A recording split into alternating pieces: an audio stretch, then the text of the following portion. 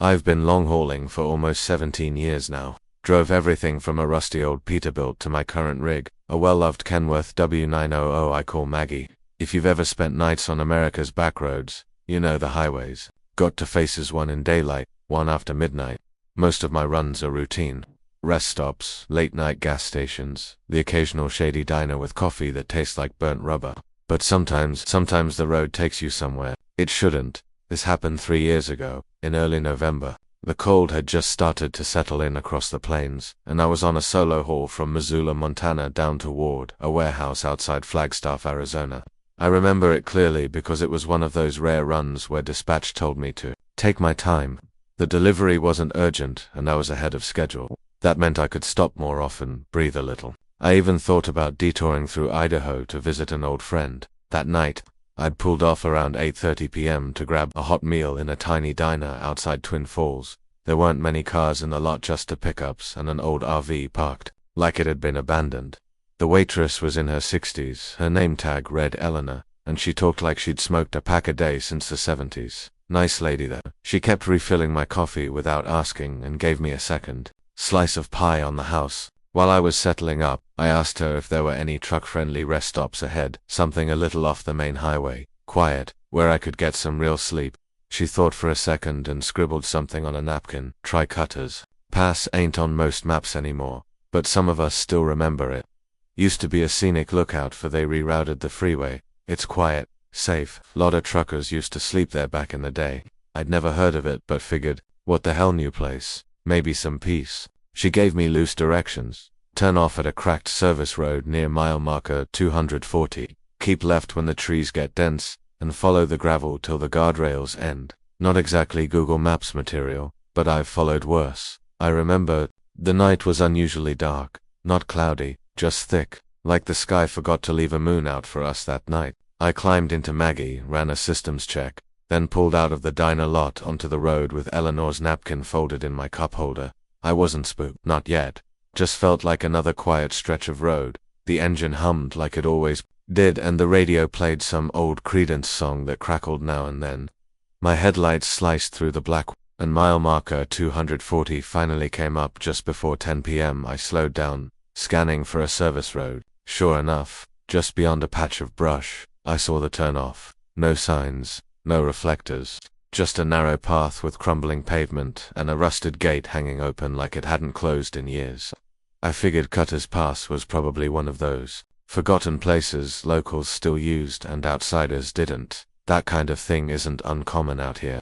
Plenty of towns vanish but leave pieces behind, an old bridge, a diner, a graveyard with crooked fences. Still, the way the trees seemed to close in around that road, I'll admit, something about it felt off, but not dangerous. Not yet. It was about 2:30 in the morning when the air started to feel ... heavier. I'd just passed a wide, faded green sign that said Welcome to Giles County, though I didn't remember seeing it listed on my route tracker or even hearing about it from other drivers.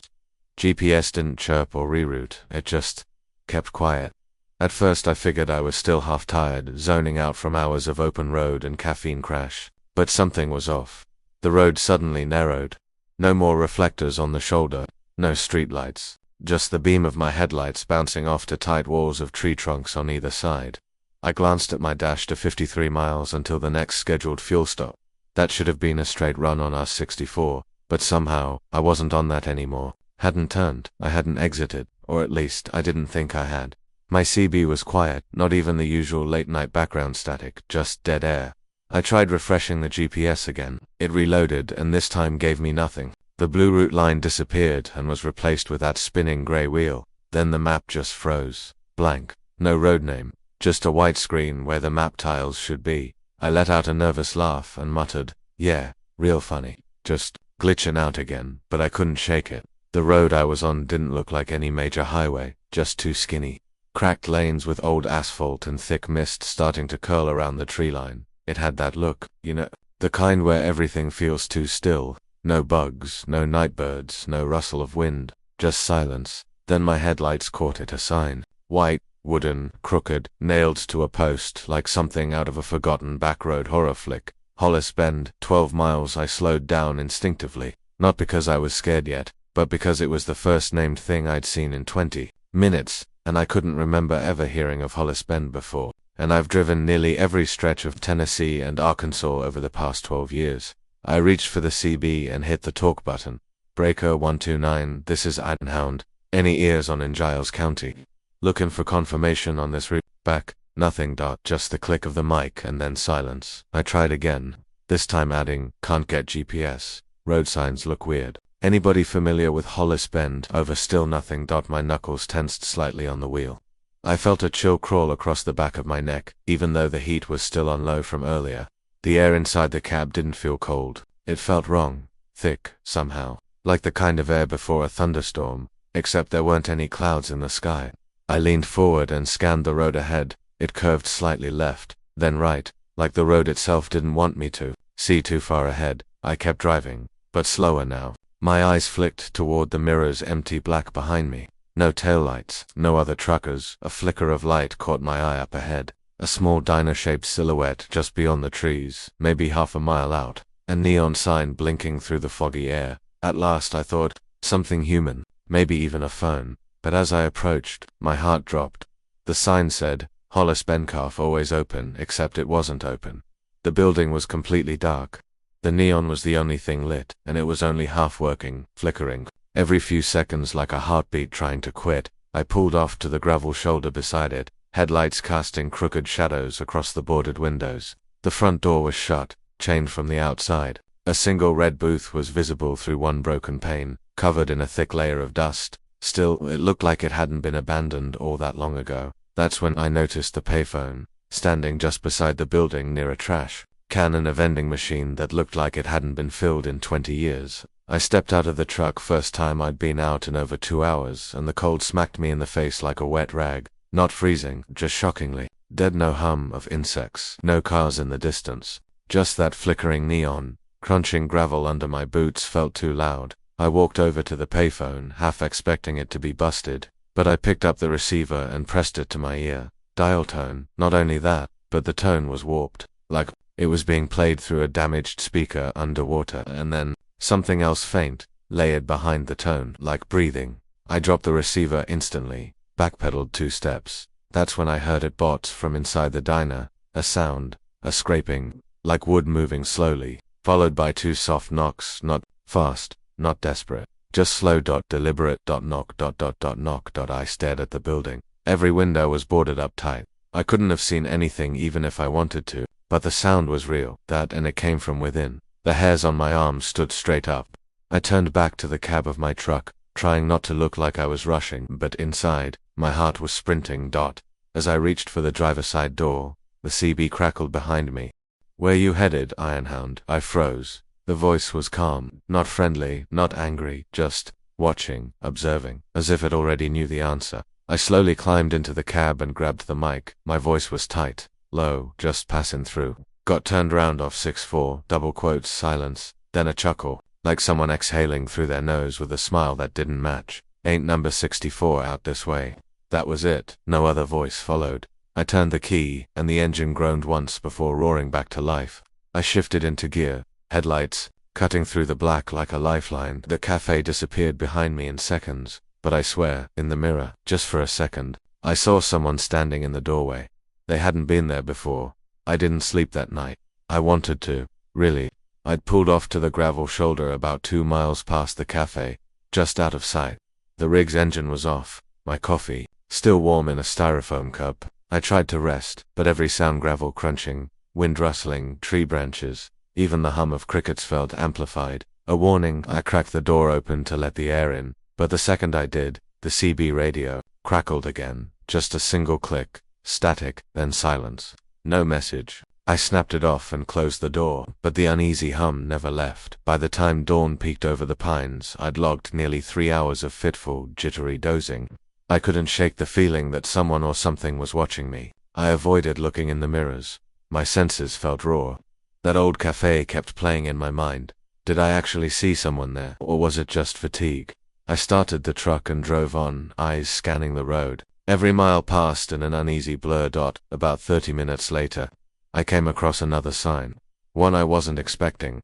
Cutter's Pass overlook closed. That name punched adrenaline through me. Cutter's Pass. The name from the waitress's Napkin only, she called it Cutter's Pass, and I thought she meant the ruined turnout.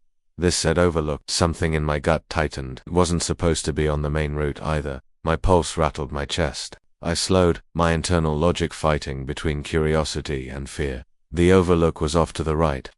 Gravel again, trees leaning over the entrance. The gate wasn't locked, it hadn't been when I drove through it, but now it was gone entirely. No gate, no barrier, nothing. I notified dispatch via text that I'd be delayed by an impromptu rest stop. I didn't mention the cafe or the sign or the CB message. Just something vague, technical sounding. Tree debris on shoulder. Safety check. Will resume. I pulled in and headed to the backing up zone, then climbed down. The Overlook was silent. Birdsong wouldn't start for another hour. There was no breeze. Even the gravel under my feet seemed to still. I took shaky breaths, letting the cold drafts settle my nerves. The sign ahead said what it said. Modern steel letters, sharp edges, no rust. It looked newly installed, 2 weeks old at most. And beneath it, carved into the post, someone had scratched "Unwelcomed." Letters were jagged, hurried. They ran downhill like they were carved by someone afraid, or desperate. That was when I heard it, the scraping, metal on metal. A drawn-out sound, high-pitched like someone tugging an old railcar door along steel wheels. Unlike anything trucks make or anything natural, it was close, but I couldn't place it. Somewhere off to my left, past the tree line, I caught my breath. My heart thundered again. I climbed back into Maggie and clicked the seatbelt tight. Then I went to open the sleeper curtain, expecting, something, but there was nothing. For once, emptiness felt like a small mercy. As dawn broke fully, I pulled back onto the highway. The engine roared softly, and I felt a twinge of relief. Finally, daylight. Finally, progress. Finally, something. That relief lasted about 30 miles. I rounded a gentle curve and caught it in the mirror, this time unmistakable. A faded yellow pickup truck. No plates, no visible driver. Not chasing, just there. In my mirror lane, 10 feet always to the left, matching speed. It didn't overtake me. It didn't lag behind. It just drove. I blinked. Just as I looked forward again, it was gone. I slammed the brakes. Tires popped in the strip-chunked asphalt. My coffee sloshed over the dash. I searched the tree line. Nothing. Then I realized something else. It had passed me. The pickup was now ahead, around the bend. In my side mirror, just tail lights. Moving forward, but the creepy thing wasn't that I'd seen it, but that I felt it, like it didn't want me to notice it, like it had done this before. My palms sweat. I unbuckled and fiddled with the CB, desperate to hear another voice, any voice.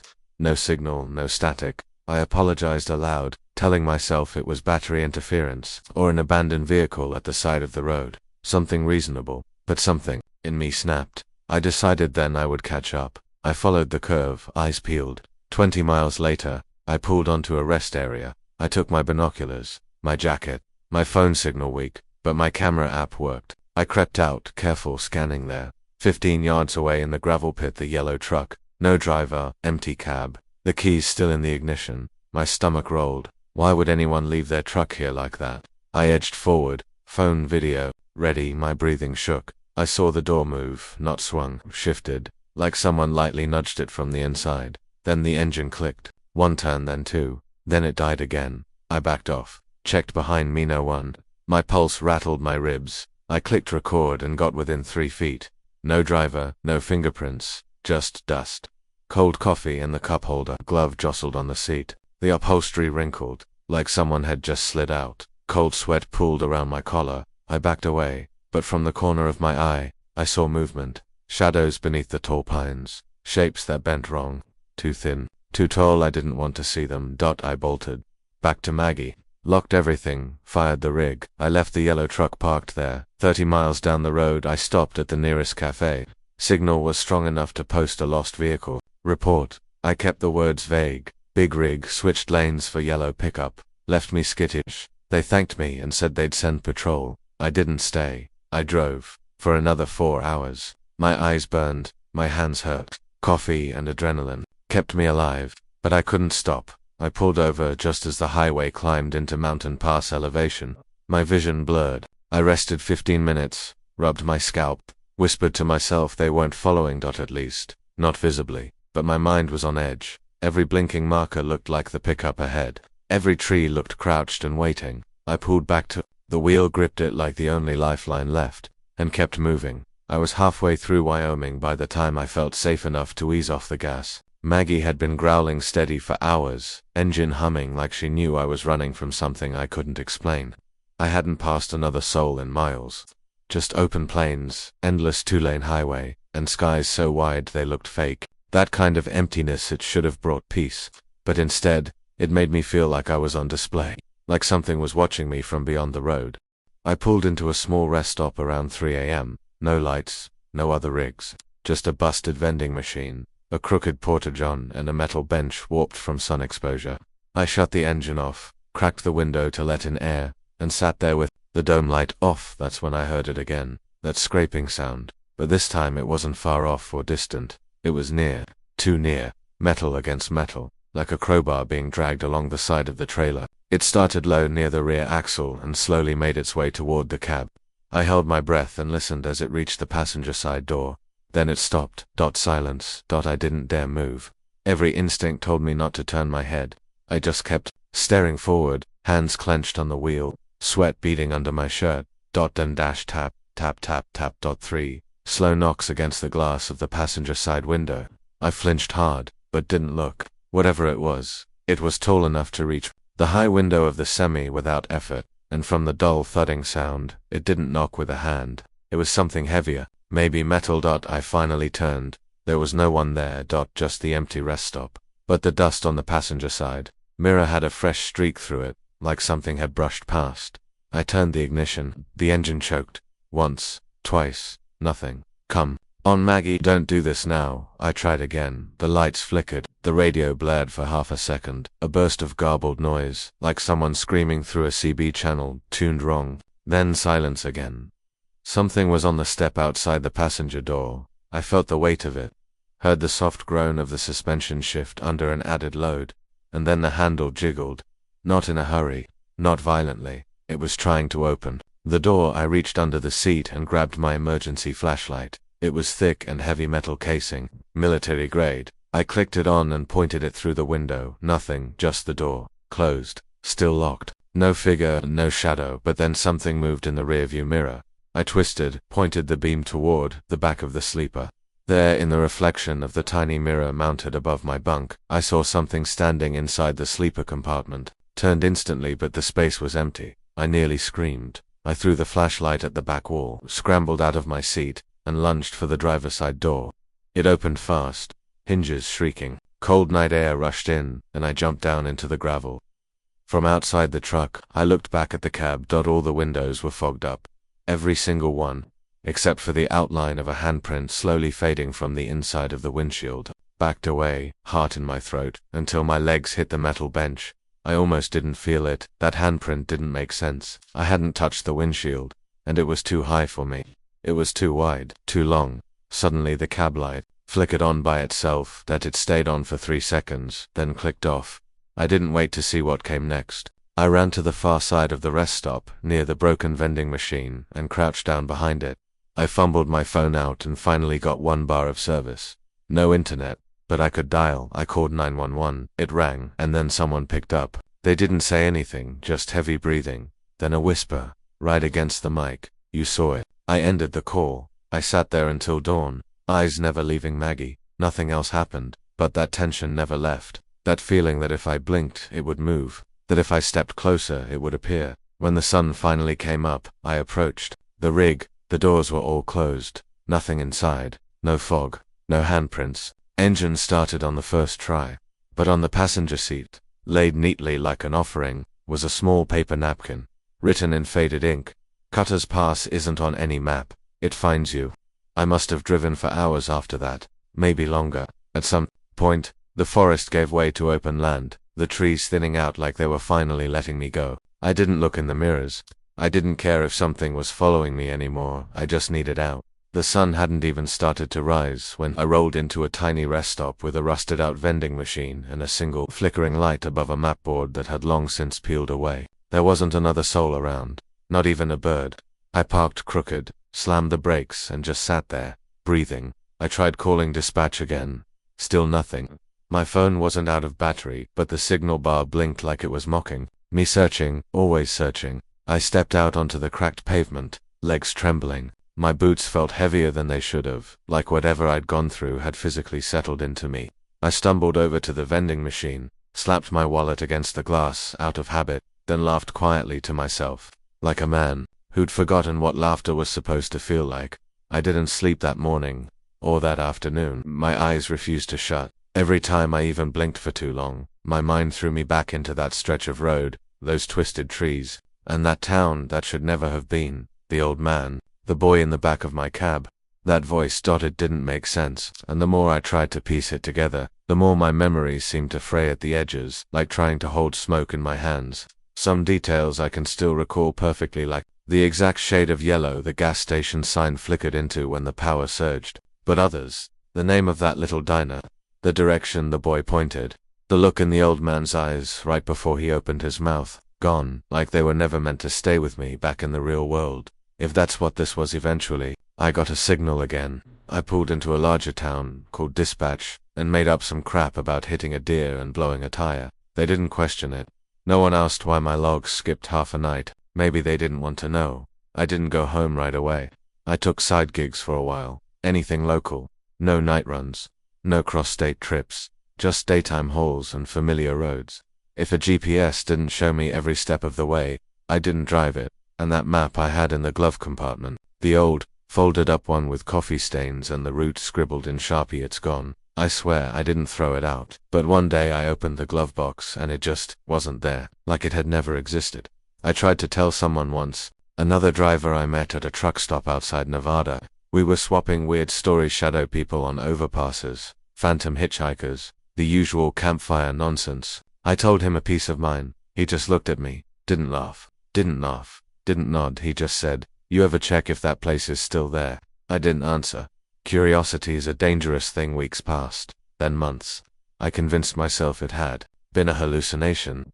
Stress, exhaustion, maybe some kind of carbon monoxide issue, something that could be filed neatly under bad trip. But one evening, parked in a lot outside of a dusty little motel, I pulled out my laptop and opened satellite view, just for a second, just to prove to myself it wasn't real. I zoomed in on the stretch of highway, same curve, same ridge, but no fork in the road, no dirt shoulder, no town, just uninterrupted wilderness, like nothing had ever been there. Here's the part that still gets under my skin. When I looked at the area timestamped on the day I drove through, the image wouldn't load, just that part, that one tiny segment. It was blurred, distorted, like it had been intentionally scrubbed, or like something didn't want to be seen. I'm not the only one. Nay, few months ago, I was fueling up in Arizona when I overheard two drivers talking near the pumps. One of them was saying something about a place he ended up once when he missed a turn. Whole stretch was dead quiet, he said, like a movie set after dark. Gas station ran like it hadn't seen power in decades. But the pump worked. Frozy mentioned a diner, a boy with a dog, that same static hum I'd heard over the CB. I wanted to jump in and tell him everything, but something stopped me. Because the other driver, the one listening, he just nodded slowly and said, "Yeah, sounds familiar." Then they both looked at me, not in a threatening way, not even knowingly, but with that quiet expression of someone who's seen the same darkness and learned not to poke it. Some roads lead nowhere, some lead back. Sometimes when I'm alone in my cab, long after the radio cuts out and there's nothing left but road noise, I'll see the fork again. Just a flash of it in my headlights, a shape that looks familiar. And every time, I tighten my grip on the wheel, blink hard, and keep driving straight. I don't stop, I don't turn, because I think if I ever go back, I won't come out again. I'm writing this now because I want someone to know, not because I think I'm special, or brave, or anything like that, but because maybe, just maybe, you'll be out there someday, tired and zoning out on some forgotten stretch of blacktop. And you'll see a road that isn't on your map. You'll think, it's probably just a shortcut. You'll think, I can make up the time. And when the radio starts to buzz, and you see a diner with one light on, or a boy standing alone in the night, you'll remember this story, and you'll keep driving.